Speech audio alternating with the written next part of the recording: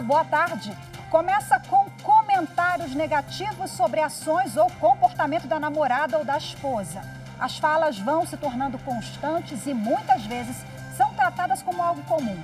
Porém, com o tempo, o impacto disso nas mulheres se torna irreversível. É por isso que a violência psicológica passou a ser crime previsto em lei. Esse importante tema é destaque de hoje no Jornal da Justiça, primeira edição, que vai apresentar também. Supremo Tribunal Federal realiza sessão extraordinária que marca a reabertura dos trabalhos no segundo semestre. Devem ser julgados processos que discutem a incorporação de acordos ou convenções coletivas de trabalho em contratos individuais e a jornada de motoristas de transporte de cargas. Ministra Rosa Weber dá 10 dias para o presidente da República, Jair Bolsonaro, se manifestar sobre o bloqueio de jornalistas em conta dele de rede social. E ainda presidente, vice e futuros presidentes do Tribunal Superior Eleitoral divulgam nota pública em defesa do sistema eletrônico de votação e contra o voto impresso.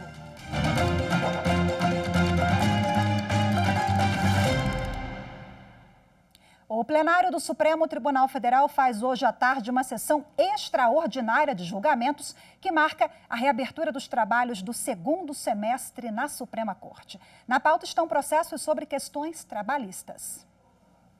Para assegurar a previsibilidade, a segurança jurídica, o conhecimento das ações do tribunal e valorizar a colegialidade, o presidente do Supremo Tribunal Federal, ministro Luiz Fux, divulgou antecipadamente o calendário de sessões e os principais temas pautados para o julgamento nas sessões plenárias marcadas para este segundo semestre de 2021. Logo na sessão de abertura, a partir das 15h, devem ser julgados processos que discutem a incorporação de acordos ou convenções coletivas de trabalho em contratos individuais e a jornada de motoristas de transporte de cargas.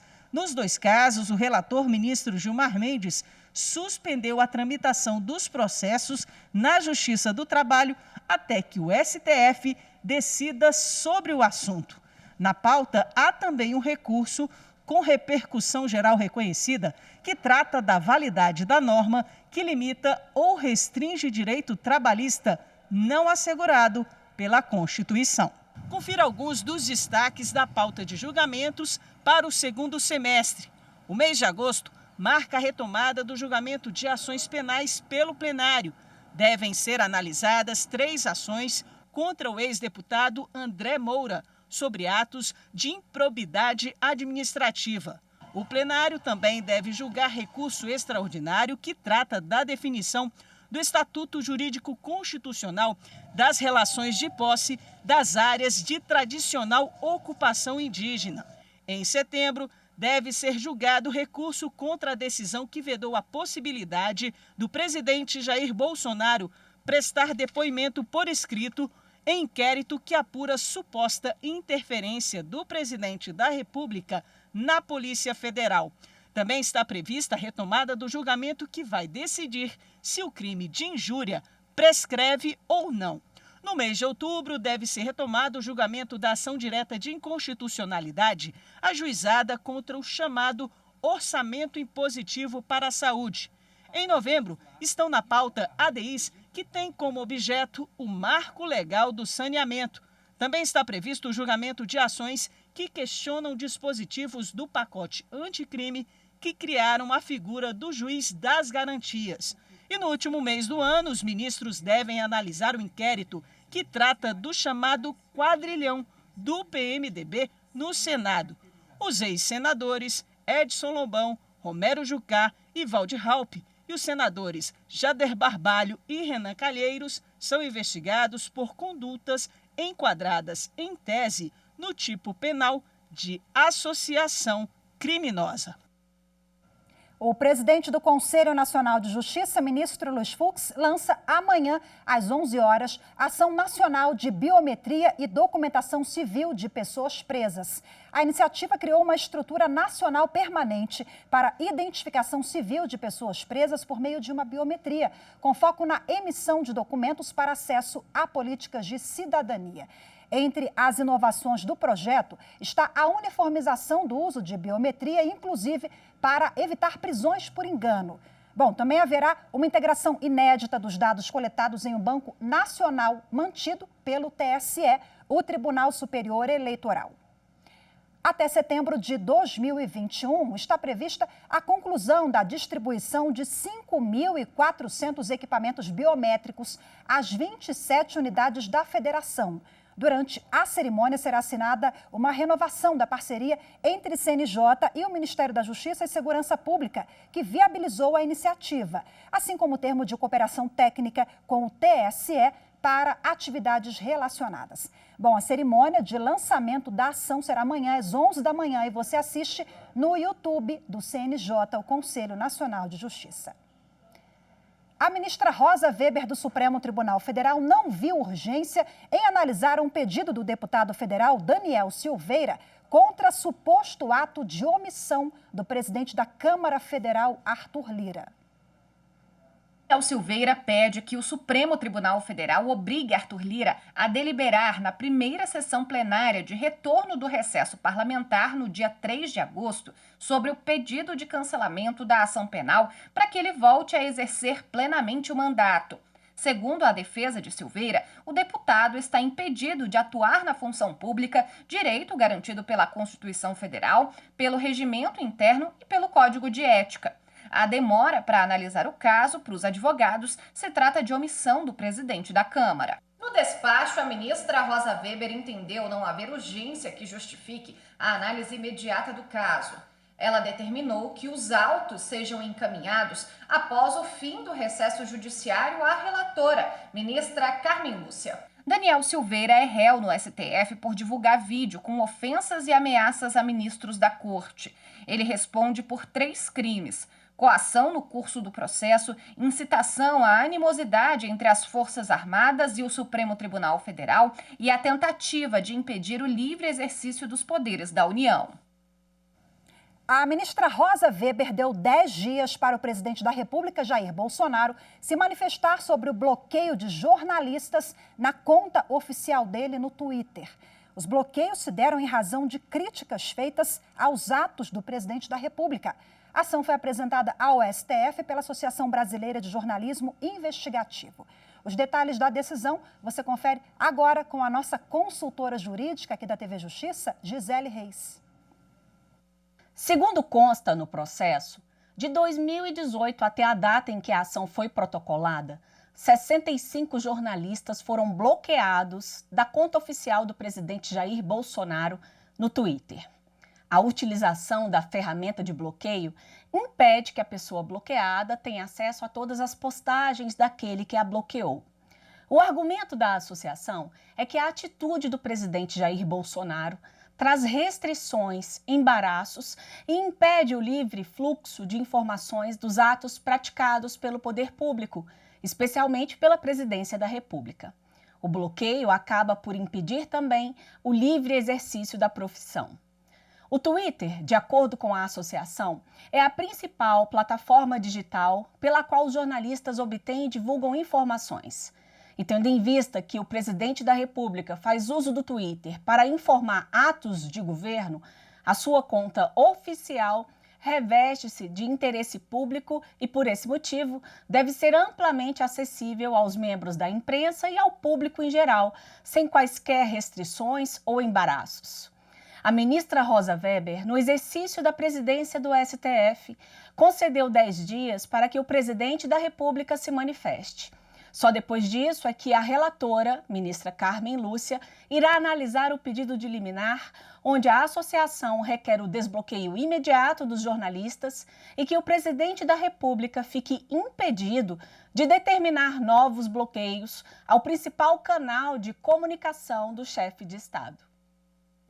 Em outra decisão, a ministra Rosa Weber negou o pedido do ex-diretor do Ministério da Saúde, Roberto Dias, para suspender os efeitos de prisão na CPI da pandemia. Roberto Dias apresentou ao Supremo um pedido para que fossem suspensos todos os efeitos da prisão em flagrante dele, determinada pelo presidente da comissão, o senador Omar Aziz, no último dia 7. Acusado de ter participado de um suposto esquema de propina na compra de vacinas, o ex-diretor de logística da pasta da Saúde teve a prisão decretada pelo presidente da CPI por ter supostamente mentido durante o depoimento, o que se configura crime de perjúrio. No pedido de habeas corpus, Roberto Dias afirma ter sido vítima de manifesto abuso de autoridade pela decisão de Omar Aziz em determinar a prisão em flagrante. E o ministro aposentado do Supremo Tribunal Federal, Aires Brito, foi o convidado do 8º episódio do podcast Supremo na Semana, que foi ao ar nesse sábado.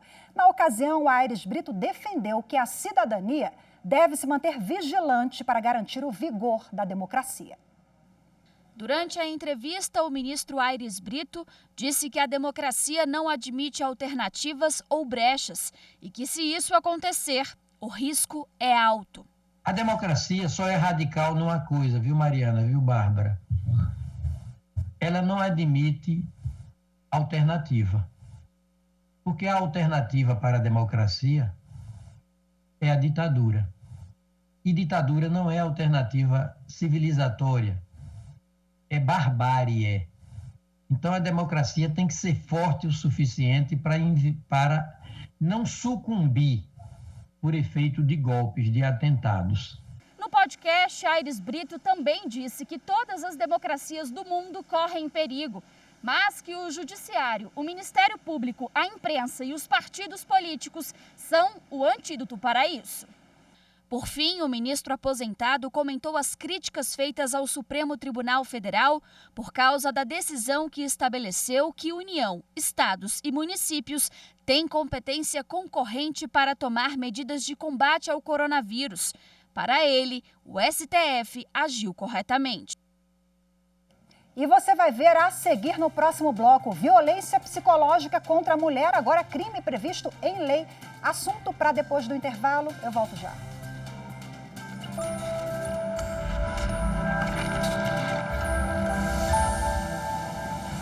A Carta Política da República de 88, mais conhecida como Carta Cidadã, é um marco civilizatório para o país. Isso porque trouxe dentro das suas previsões legais vários postulados previstos na Declaração Universal dos Direitos do Homem, que por sua vez foi um grande avanço civilizatório a partir do Iluminismo, que marcou a Revolução Francesa e trouxe nova luz para nossa civilidade.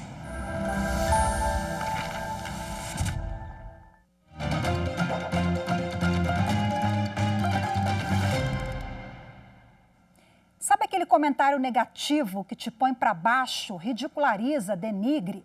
Bom, muitas vezes eles são comuns em relacionamentos e algumas pessoas até tratam isso como se fosse uma coisa normal, mas não é. A violência psicológica contra a mulher é um crime e agora está previsto em lei e pode dar cadeia.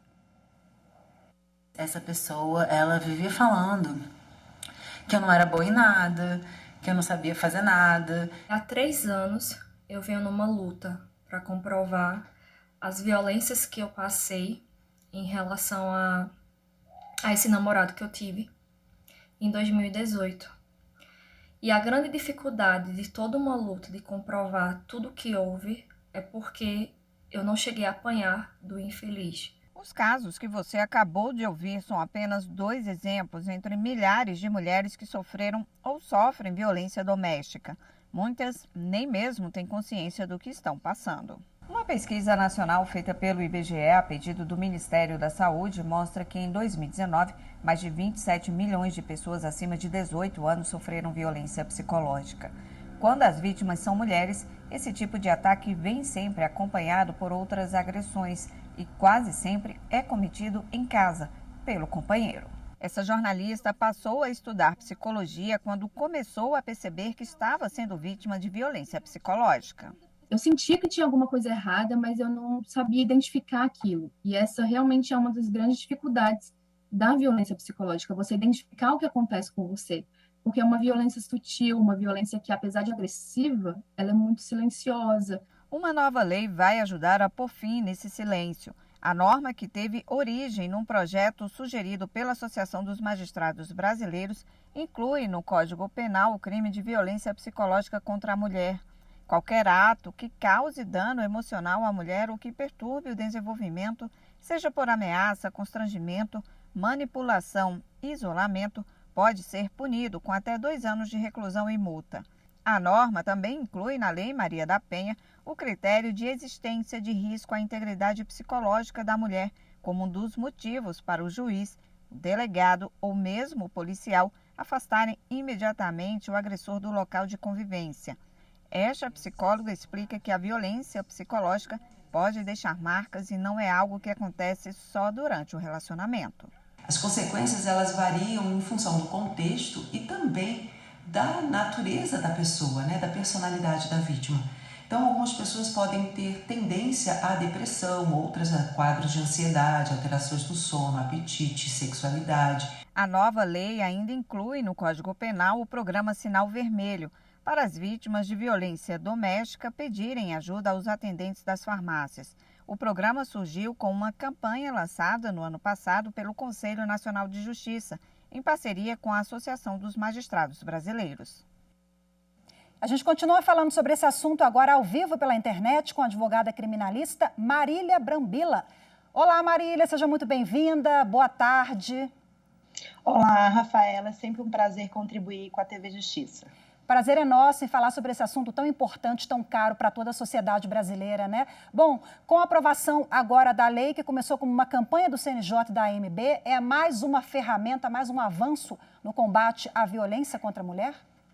Sim, Rafaela, esse Programa Nacional do Sinal Vermelho, onde essa vítima pode ir até a farmácia, uma padaria, um supermercado, sinalizando na sua palma da mão, trazendo o engajamento das entidades privadas e trazendo a possibilidade, Rafaela, das pessoas poderem, de fato, ajudar essa vítima, né? Então, diante de um sinal vermelho, seja onde estiver essa vítima, as pessoas deverão ajudar.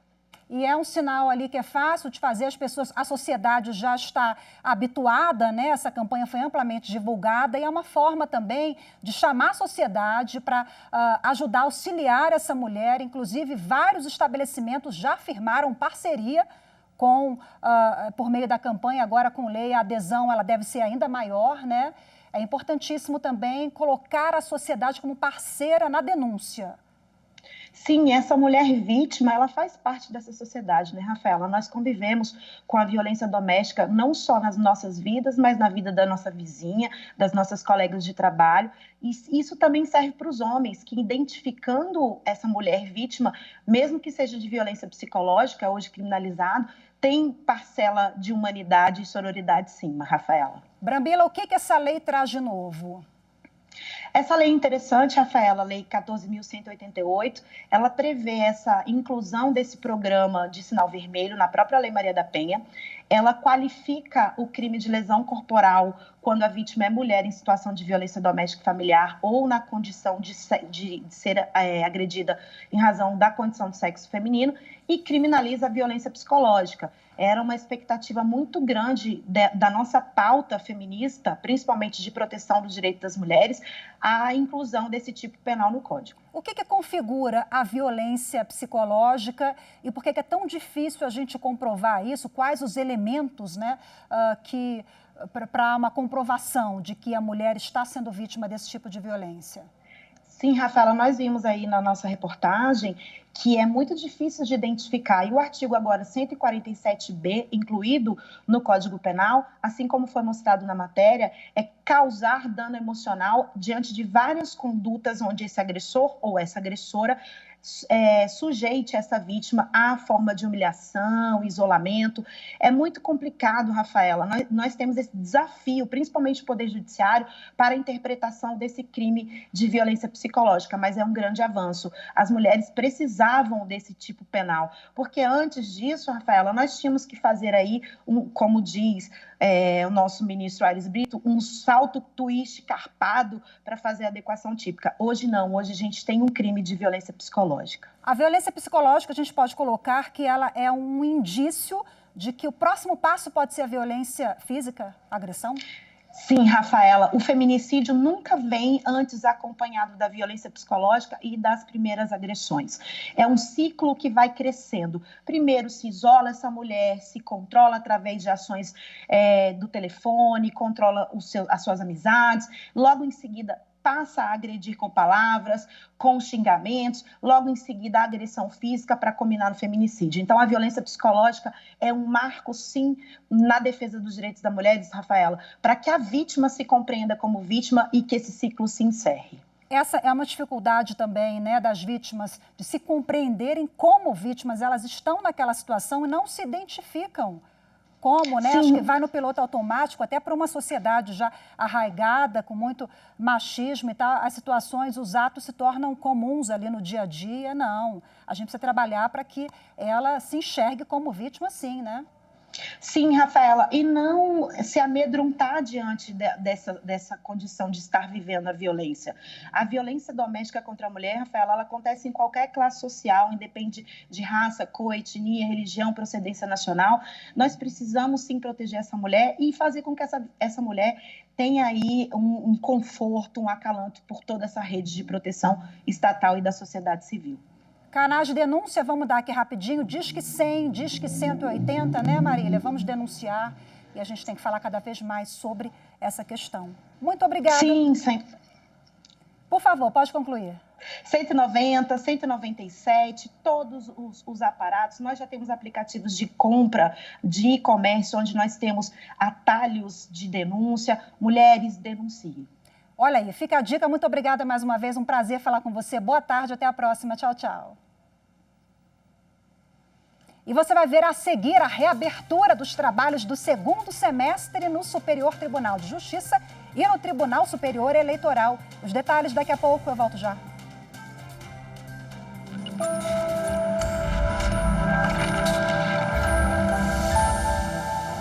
A Constituição Federal de 1988 tem grande importância histórica para o nosso país, tendo em vista que a sua redação estabeleceu um processo de redemocratização no Brasil. Além disso, a promulgação da Constituição Cidadã, como também é conhecida, marca a conquista e proteção dos direitos dos cidadãos brasileiros.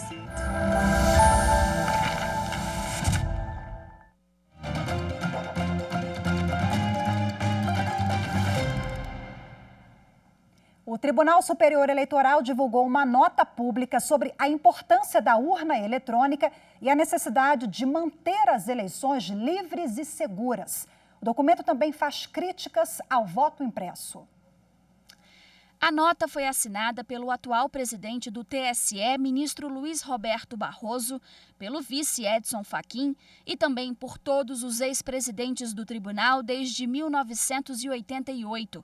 O documento afirma que o Congresso Nacional, por meio de legislação própria, e o TSE, como organizador das eleições, conseguiram eliminar um passado de fraudes eleitorais que marcaram a história do Brasil. Ainda de acordo com a nota, ao longo dos seus 25 anos de existência, a urna eletrônica passou por sucessivos processos de modernização e aprimoramento e é auditável em todas as etapas do processo da eleição. A nota reforça também que o voto impresso não é um mecanismo adequado de auditoria, por ser menos seguro do que o voto eletrônico, em razão dos riscos decorrentes da manipulação humana e da quebra de sigilo. E hoje tem início o segundo semestre forense do Tribunal Superior Eleitoral. Quem traz as informações é a repórter Renata Gorga. A abertura do segundo semestre forense do Tribunal Superior Eleitoral será nesta segunda-feira, às 7 horas da noite. A sessão plenária extraordinária de julgamento vai ocorrer de forma virtual, por videoconferência, como já acontece desde o início da pandemia. Na pauta estão previstos 2 recursos do Macapá, no Amapá. ambos de relatoria do ministro Mauro Campbell Marques, com pedido de vista do ministro Edson Fachin. Os dois recursos discutem a cassação do deputado estadual José Tupinambá Pereira de Souza, do PSC, por suposta compra de votos nas eleições gerais de 2018. Ainda nesta semana, estão previstas outras 2 sessões plenárias, uma amanhã, às 7 horas da noite, e outra na quinta-feira, às 10 da manhã. A transmissão é pelo canal da Justiça Eleitoral no YouTube, pela rádio e pela TV Justiça. Ainda nesta segunda-feira, foram retomadas as atividades jurisdicionais do TSE. O tribunal estava de regime de plantão desde o dia 2 de julho, mas seguiu trabalhando para preparar as normas e os sistemas que serão empregados nas eleições gerais de 2022. E logo mais às 2 da tarde será realizada a sessão da Corte Especial do Superior Tribunal de Justiça, que abre o semestre forense no tribunal. A reunião do colegiado, que marca a abertura do segundo semestre do Judiciário, acontecerá por videoconferência e pode ser acompanhada ao vivo pelo canal do STJ no YouTube. Recursos repetitivos com impacto em milhares de processos em todo o país, casos criminais envolvendo agentes políticos e julgamentos sobre questões inéditas nos mais variados ramos do direito estão na pauta do tribunal para serem julgados ainda este ano. A Corte Especial é o órgão máximo de julgamento do tribunal, reunindo os 15 ministros mais antigos, e as sessões são conduzidas pelo presidente do STJ, ministro Humberto Martins. Com o início do semestre forense, voltam a correr nesta segunda os prazos processuais suspensos desde 2 de julho, em razão das férias dos ministros. Reabertura do recesso forense ao vivo aqui na TV Justiça, às 3 horas da tarde. Hoje ficamos por aqui. Muito obrigada pela sua companhia. Uma excelente semana para todos nós. Temos um encontro marcado amanhã. Eu te espero. Tchau, tchau.